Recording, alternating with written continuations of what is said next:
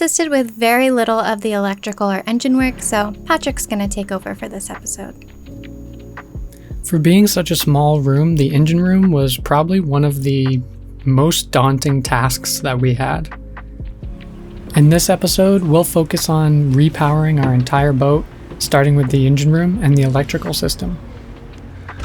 On the project list for today is sanding down the rest of the engine room and prepping it for paint. Don't know if I'll get along to painting it today, but first things first, we gotta rough up the surface, sand it down, clean it up, prime it, and then we'll put some paint on it.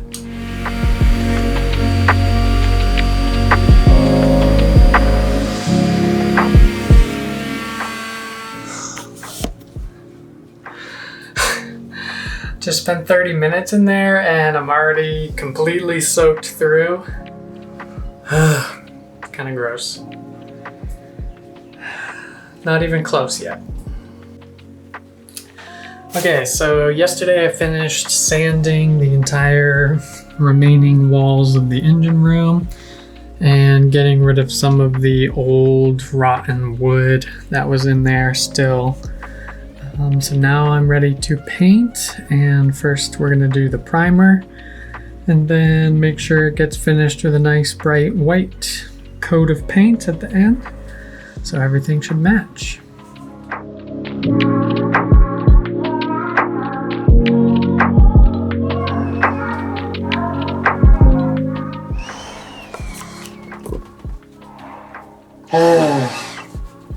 First coat is done. It'll look a lot better after the second coat of primer and then 1 or 2 coats of paint. Oh my gosh, though, it's toxic smelling in here. Ooh. Ooh.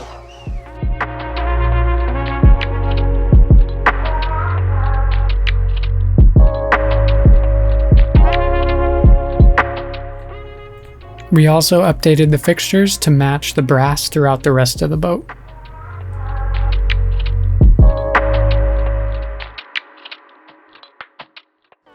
Originally, Blue Planet had wiring from the original 1970s and a bunch of wiring added on from previous owners, and it looked like a mess. It was honestly a fire hazard waiting to happen.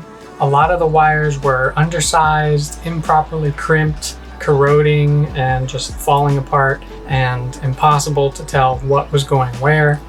So we had a professional basically look at the entire project and demo all of the old wire, taking it all out and redoing basically the entire electrical system from the bottom up. Oh, the organization on this makes my scientific heart so happy. Our brand new panel is just awaiting some custom labels and then it'll be completely finished. Figured out one of our batteries is bad. It was kind of bulging and hotter than the other ones, so that's indicative of a dead battery.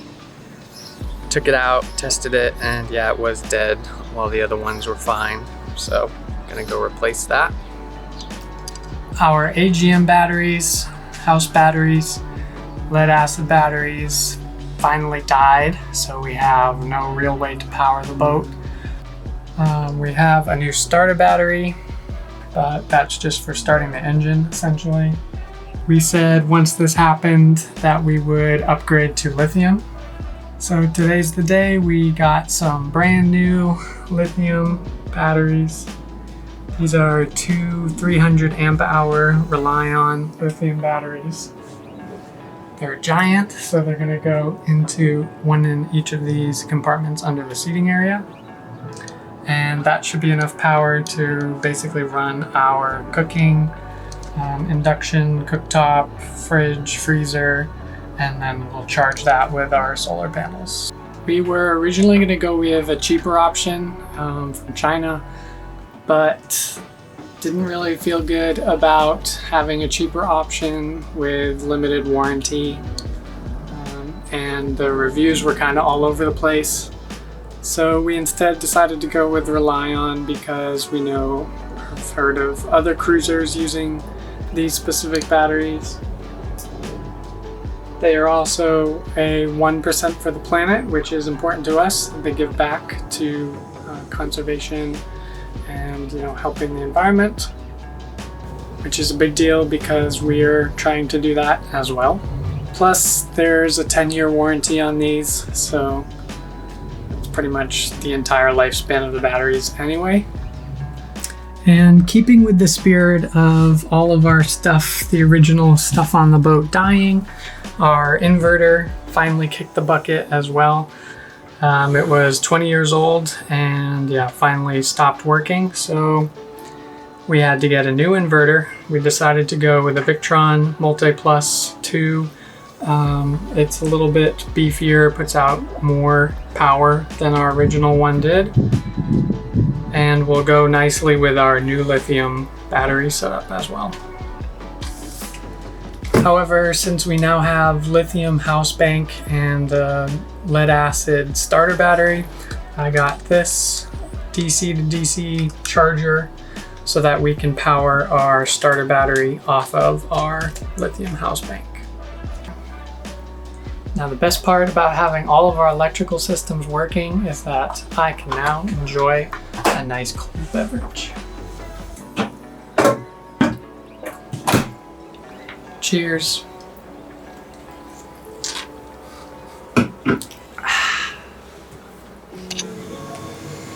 Got 2 brand new solar panels.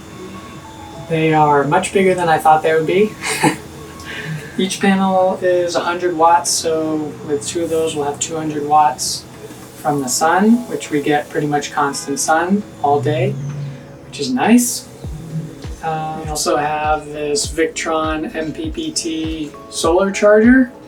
So this will help get the most out of our solar panels and put all that energy into our house bank. Because right now we don't have any way of regenerating our energy. We have to plug into the dock and the shore power. So we don't like leaving that plugged in for extended periods of time. Plus, if we were ever anchoring somewhere, we would probably run out of energy in our house banks pretty quickly. They're much heavier than I expected, and they also kind of twist. So I need to build some braces for the back, which will make it more rigid and help when we mount them.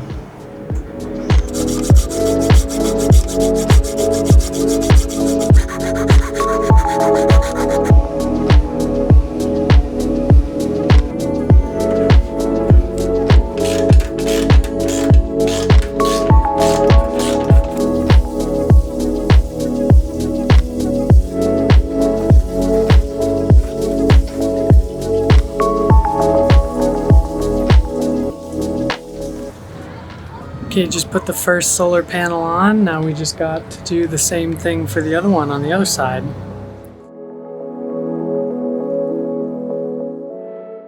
So I moved the solar panel from here in the side deck to the aft. And this way it'll kind of flip out. When it was here, it was kind of getting in the way of the lines. There's a little more streamlines up against the side. And here in the back, it'll probably get more sun because it won't be as shaded by the mizzen boom here. But yeah, I gotta figure out a way to change the angle.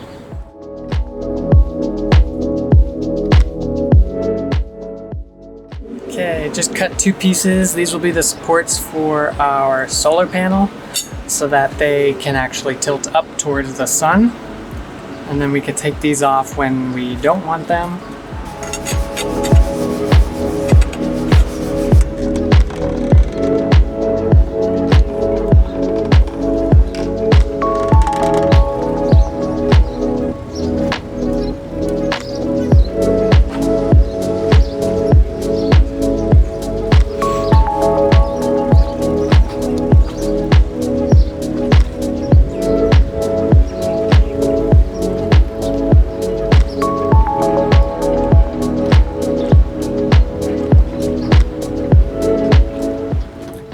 We can see just how much solar is going into the panels and into the batteries as well.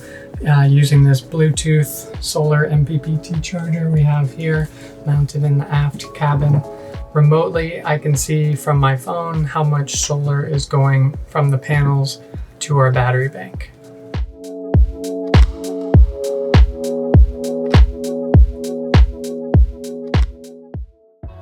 We also have power to our Garmin chart plotter again, which also has a depth sounder in the front of the boat.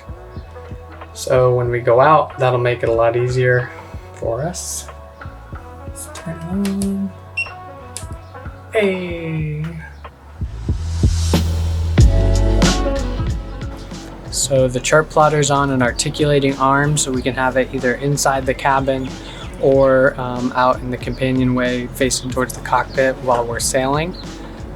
So pretty much can see it from anywhere if we need to. So we finally have power to a lot of our systems here on board. We've been waiting for a while to get power to our LED lights so that we can actually start working later at night on board. We weren't sure about these LED lights, how bright they would be, so now that we have power, we're gonna wait till the sun goes down and then turn on the lights, see how bright they are.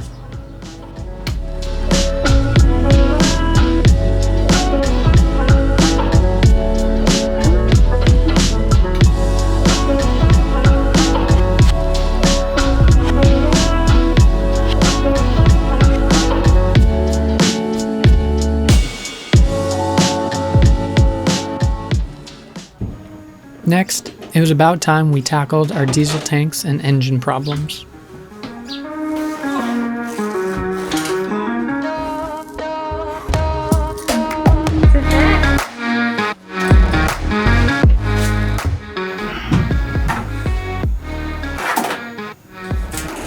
Nice. That just barely fit.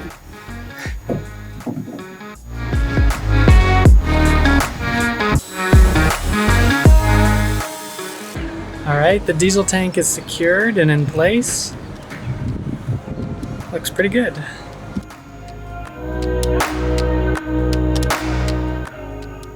I installed the new fuel fill line. Comes from the deck up here down into our 40-gallon diesel auxiliary tank. Now I need to rig up the vent so that the air can come out as we're filling. There's an old vent up here, but it's extremely corroded and I just want to replace it.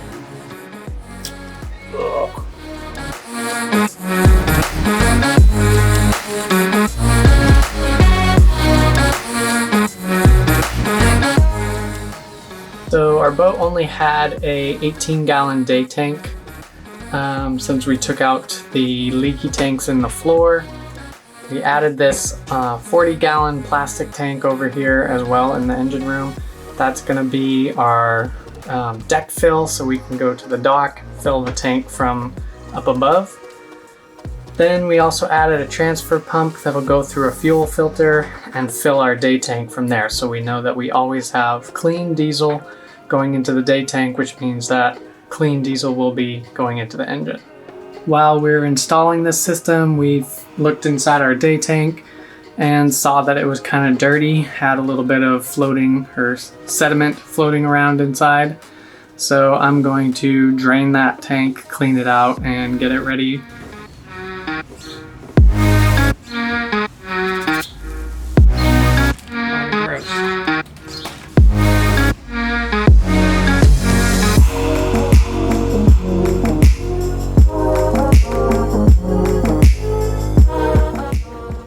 If money wasn't a limiting factor, we would rip out this diesel engine and convert it to an electric engine so that we can have completely green energy powering the boat. Renewable energy. However, we do not have the time, money, or resources to do that at this point, but perhaps in the future that will be one of the conversions we do. So our day tank here originally had to be filled from jerry cans here in the cabin, and it was kind of messy and dripped everywhere. We've now installed our fuel transfer system and an electronic sending unit, which we can control from the cockpit which tank that we're looking at. So from the cockpit, while we're filling from the deck, we can see both the levels of the day tank and our 40-gallon auxiliary tank as well. The switch in the cockpit is momentary in order to transfer fuel from the main tank to the day tank, which makes sure that someone always has to be monitoring it. And there's also an accidental shutoff in case this day tank gets too full. The transfer pump will automatically turn off. The engine controls were also broken. A lot of the gauges didn't work, so our tachometer didn't work. Our water temperature, raw water temperature, wasn't registering. Oil pressure wasn't working. Pretty much nothing actually worked on the original gauges, so we had to rebuild the engine gauges, and the wiring harness was completely redone as well. So while all of this boat work has been happening, our batteries have been disconnected for, I don't know, what was that, 5 or 6 months of the construction period, which means that the engine hasn't been run in 5 or 6 months. Our old diesel engine benefited from being start at least once a month to keep it warmed up and all the parts moving. So I'm a little worried about starting it up for the first time in 6 months.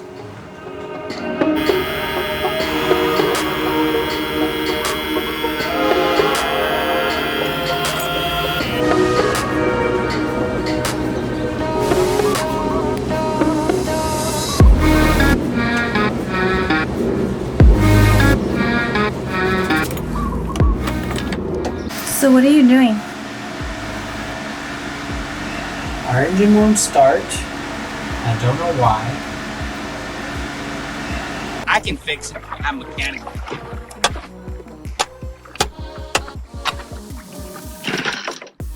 So somehow the fuel injectors had come loose and were kind of spraying diesel everywhere. I secured them with hose clamps. Let's see if that works. I don't know why they weren't secured in the first place. Perhaps an oversight by the previous owners, but also an oversight on our part.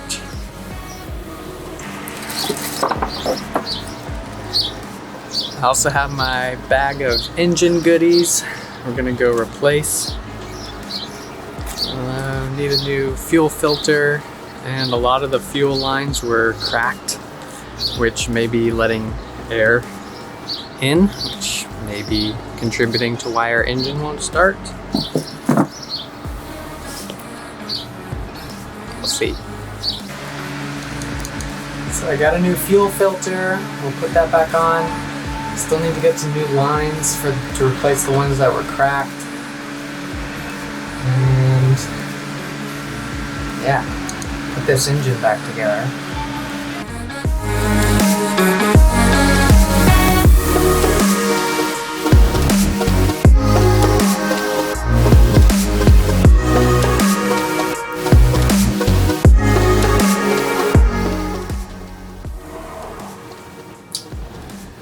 Just to be extra cautious, I'm going to go through all the filters and change those out as well, because who knows when the previous owners last did it. Plus it's been sitting for 6 months.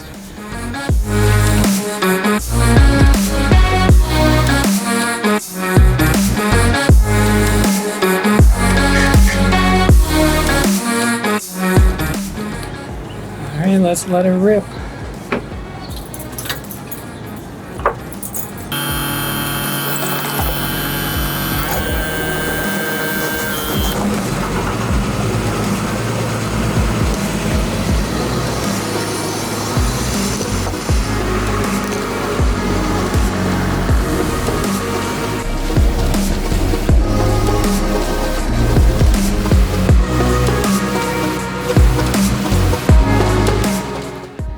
Alright, looks like we are back in business. Engine's running, everything looks good, no leaks in the fuel. We have a working gauge, so now we know how much fuel we have. Now we just need some favorable weather conditions and we can take her out.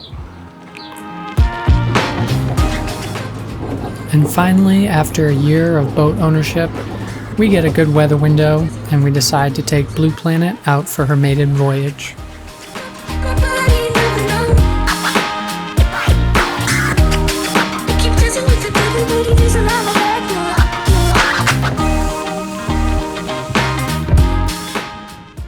Thanks for sticking around this long.